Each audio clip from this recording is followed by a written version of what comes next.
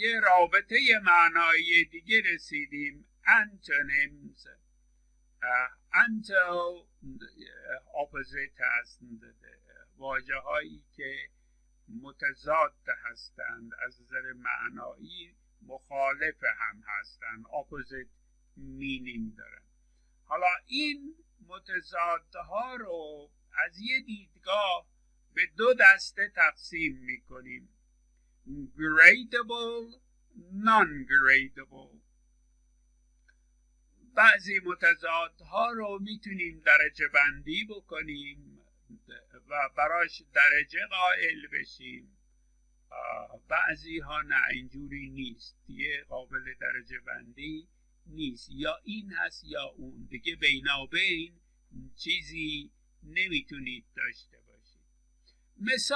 مثلا پیر و جوان، young و old، این دو متضاد رو gradable در نظر میگیریم، قابل درجه بندی هست و چون میتونیم درجه بندی بکنیم میتونیم مقایسه کنیم، صفت تفصیلی به کار ببریم، بگیم جوانتر، پیرتر، و میتونیم حتی این دو متضاد رو با هم در مورد یک فرد به کار بگیریم. شما 3 نفر رو در نظر بگیرید، یکی سنش بالاتر از اون دوتای دیگه هست، یکی سنش پایین تر از همه هست، یکی اون وسط هست. اون وسطیه رو میتونیم بگیم جوانتر از اون بالایی ولی پیرتر از، یا مسنتر، حالا پیرتر نگیم. ببین اینجا باز مترادف ها اینجوری تفاوتشون دیده شد. مسنتر از پایینی باشه، یعنی یک نفر که اون وسطه هم جوان هست نسبت به فرد بالاتر از خودش، مسنتر از خودش، ولی مسنتر است نسبت به فردی که سنش کمتر از او هست. یعنی young و old یا پیر و جوان در یک نفر میتونه جمع بشه. این از خصوصیات متضادهای قابل درجه بندی هست، متضادهای gradable هست، میتونن با هم در آن واحد یک جا جمع بشن. ولی non-gradable ها درجه بندی نمیتونن بشن. نمیتونید اونها رو به صورت صفت تفضیلی به کار ببرید، مقایسه بکنید.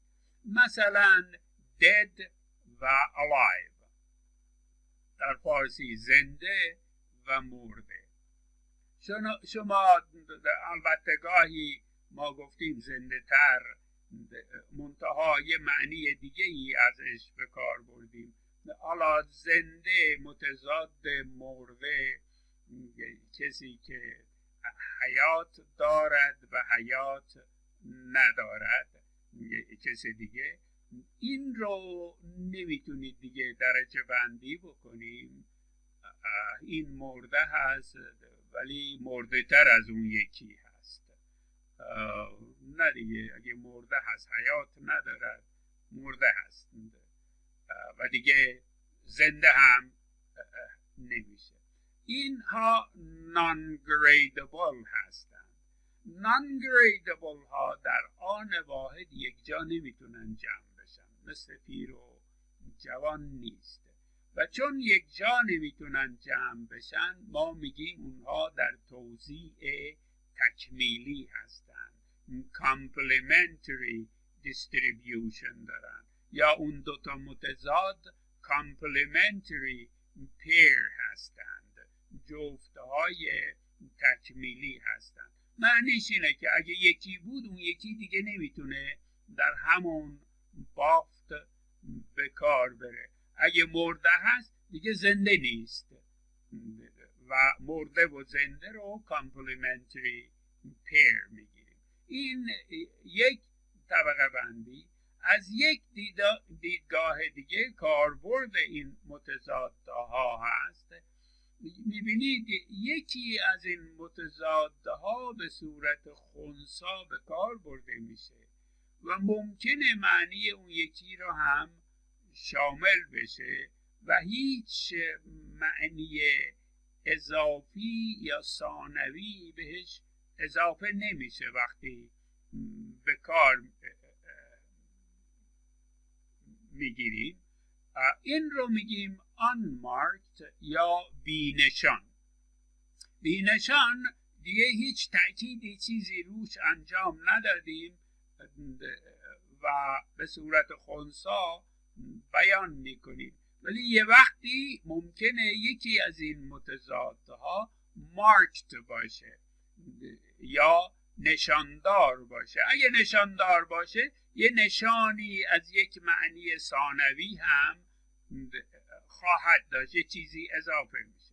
ببینید در انگلیسی وقتی میگیم how old is he، منظورمون دقیقا این نیست که طرف پیر هست. old رو برای سن به کار میبریم، سنش چقدره. و جواب این how old is he ممکنه باشه 2 months، سنش چقدره، 2 ماهه هست، یا چند وقتشه، 2 ماهه هست. یا how old is he جواب باشه 100 years. یعنی old در اینجا خنثی به کار رفته، میتونه اون نوزاد رو هم در بر بگیره و آدم خیلی مسن رو هم در بر بگیره. ولی متضاد old رو اگر شما در همین جمله به کار ببرید، بگید how young is he، این دیگه معنیش این نیست که من دارم سنش رو میپرسم، یه معنی اضافی به این سن شما افزودید که میدونم جوان هست، میدونم پیر نیست، حالا میخوام ببینم چقدر جوان، how young. پس این میشه بینشان به صورت خنثی و نشاندار که یک معنی اضافی به چیزی میده. حالا واژه های متضاد دیگری هم میتونید بگید، مثلا میگید پهنای فلان چیز چقدره، پهن how wide it is. در اینجا پهنا معنیش این نیست که حتما این پهنه، ممکنه باریکم باشه، ولی اگه بگید باریکیش چقدره دیگه اون میشه نشاندار، یعنی اون از اون حالت خنثی میاد بیرون. همونطور در انگلیسی اگه بگید how narrow is it، یعنی I know it is narrow, I want to see how narrow. خب این راجع به متضادها درجه بندی بتونیم بکنیم یا نکنیم، نشاندار باشه یا نشاندار نباشه گفتیم. حالا بریم سراغ سلاید بعدی که بعضی وقتا ما واژه ها رو متضاد هم میگیریم، ولی این تضاد در تضاد معنایی نیست به اون صورت که کاملا ضد هم باشه، مخالف هم باشند. اینجا ممکنه رابطه باشه و این تضاد رابطه‌ای باشه، روابطی باشه که میگیم relational opposites، مثل teacher student، wife and husband. از نظر معنایی اینها کاملا متضاد هم نیستند، ولی در روابط اجتماعی خب در مقابل هم هستند. این رو اپوزیت اون یکی میگیریم و این تفاوت داره با اپوزیت های معنایی یا انتونیم های معنایی. Sometimes morphosyntax outmarks meaning. بعضی وقتا میبینید ساخت واژه و نحو زبان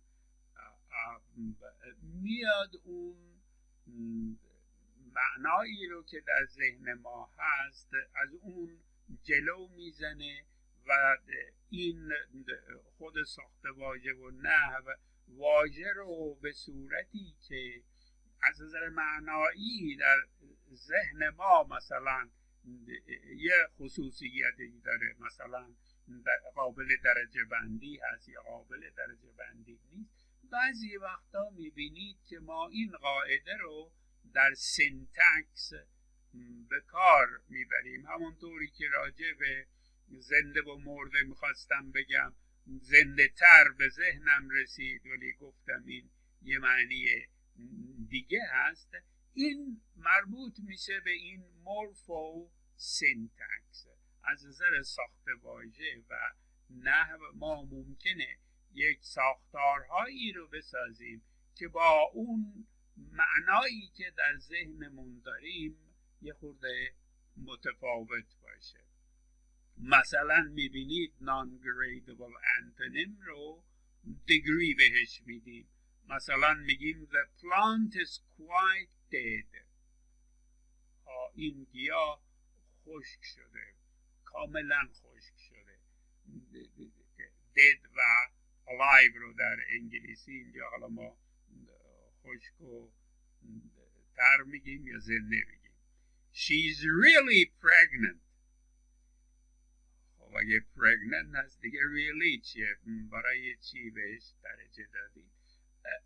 این نشون میده که گاهی ما از نظر ساخت واژه و نحو یا سینتکس بعضی قواعد معنایی رو به هم میریزیم و قبلا هم گفتیم که ما در ذهن خودمون این قواعد معنایی و قواعد دستوری رو جدا از هم ضبط کرده ایم، ولی این دو قسمت مغز به هم مربوط هستند. ارتباط هست بین دانش دستوری ما و دانش معناییمون و اینجا الان دیده میشه که یه وقتی میبینید اون دستور زبان میاد یه مقدار قواعد معنایی رو رعایت نمیکنه و ساختارهایی مثل این she is really pregnant or the plant is quite dead به کار بیبریم و در فارسی هم ممکنه بگیم این زنده تر از اون هست. ولی اگر دقیقا به اون معنی دارای حیات و عدم حیات فکر بکنیم میبینید که به این صورت درجه بندی نمیشه کرد و صفت تفصیلی نمیتونیم به کار ببریم. حالا گاهی ممکنه شما واژه‌ای داشته باشید که به دو معنای متضاد به کار رفته، یعنی خودش متضاد خودش هست. این رو میگیم اوتو انتونمی، خود تضادی، یا کانترانمی، مخالف از نظر اسم. One word is its own opposite.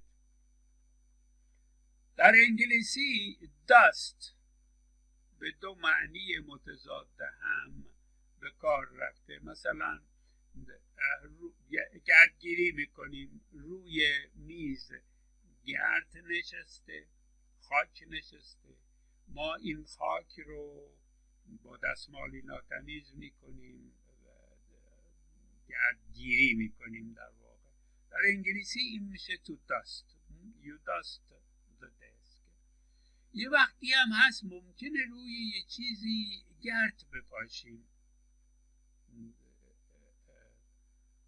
اون رو هم میگیم dust. بعضی وقتا میبینید که تو بعضی هنرها نقاشی میکنن، گرد رو میپاشه و روش نقاشی میکنه. اون گرد پاشیدن هم باز داست هست. یه دفعه داست گرد رو پاک میکنه، ریموو میکنه، یک دفعه نم میپاشه. پس داست اوتو انتونیم هست.